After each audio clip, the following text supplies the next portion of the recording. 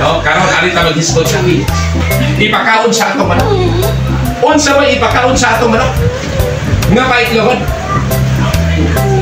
Di ba ingon ko ninyo nga ang atong paliton nga manok ready to lay at iyan.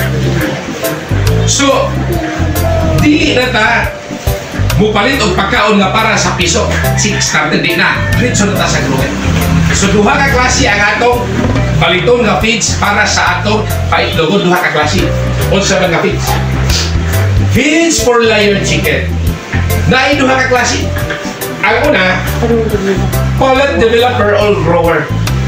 Ikaduha, poultry layer. No? Unsa man nga mga pagkaon, sir? So, duha. Ganun duha man na, sir.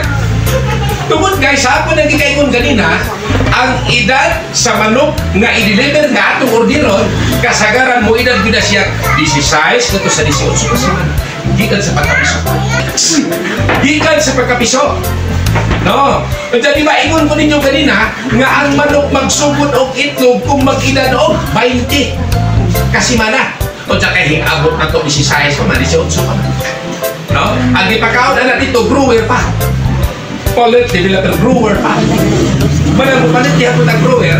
Kaya kung unsa ang ilang itubong dito, inikabot mo ko itong itubong brewer. Kaya hindi pa malagi na mo ito. No? 16 to 18 pa man siya. Unya kay basis sa mga pagtuon, ang manok mo itlog 20 kasi man. No?